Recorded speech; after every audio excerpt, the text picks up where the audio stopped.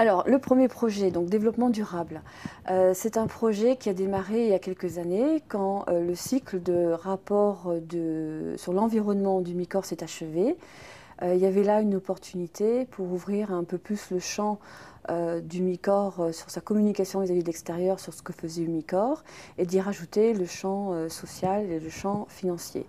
Donc on a développé ce qu'on appelle un rapport de développement durable, dans lequel on va trouver 10 objectifs, 5 objectifs environnementaux et 5 objectifs sociaux. Donc c'est là où HR a joué son rôle.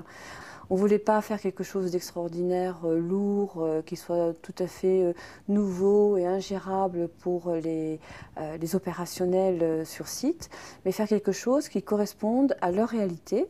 Ces objectifs sont rapportés sur une base trimestrielle et annuelle et consolidés dans le rapport annuel.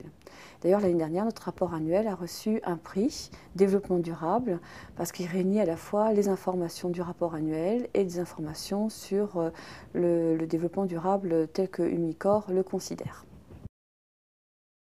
Alors, le deuxième projet concerne les plans de succession. Alors, en soi, plan de succession, c'est rien d'extraordinaire.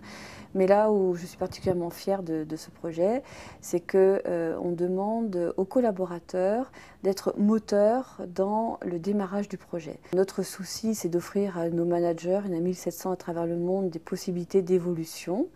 Mais en même temps, on veut faire quelque chose de juste. Donc, on veut que la personne puisse s'exprimer et dire ce qu'elle a envie de faire et aussi ce qu'elle n'a pas envie de faire. C'est validé ensuite par leur supérieur hiérarchique, c'est consolidé au niveau de la DRH. On leur fait un feedback quand le cycle est fini, pour leur dire oui ou non, on va tenir compte de tes envies. Et puis pendant les 2 années, parce que c'est un cycle qui se déclenche tous les 2 ans, on va tenir compte de toute cette manne d'informations qu'on a ramassées. Aujourd'hui, on a à peu près, après maintenant 3 ans et demi de mise en place de ce rapport annuel, on a 80% des sites qui sont arrivés à un niveau vert, c'est-à-dire on a mis en place et puis on y reste. Donc je dirais que là, oui, on a un succès. Et on a encore 2 ans. Donc j'espère bien que dans 5 ans, j'aurai tous les sites au vert. Quand je suis arrivée à Umicore, ça existait déjà plus ou moins, mais ça avait été abandonné. Donc ce projet n'avait pas de crédit.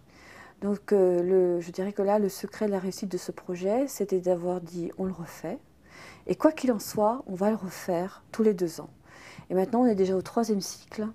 Donc c'est vraiment pour les personnes quelque chose qui fait partie de l'entreprise. Rester clair, rester simple, pas trop d'indicateurs, mais des bons indicateurs. Donc là, chez Umicore, on a pris 5 objectifs qui sont super pertinents, qui parlent, qui sont révélateurs, qui donnent une bonne image de ce qui se passe au niveau d'un site et qui sont rassurants et qui n'ont pas besoin d'être noyés par 65 autres indicateurs qui vont accompagner. Pour la partie succession planning, le secret, c'est de fermer la boucle.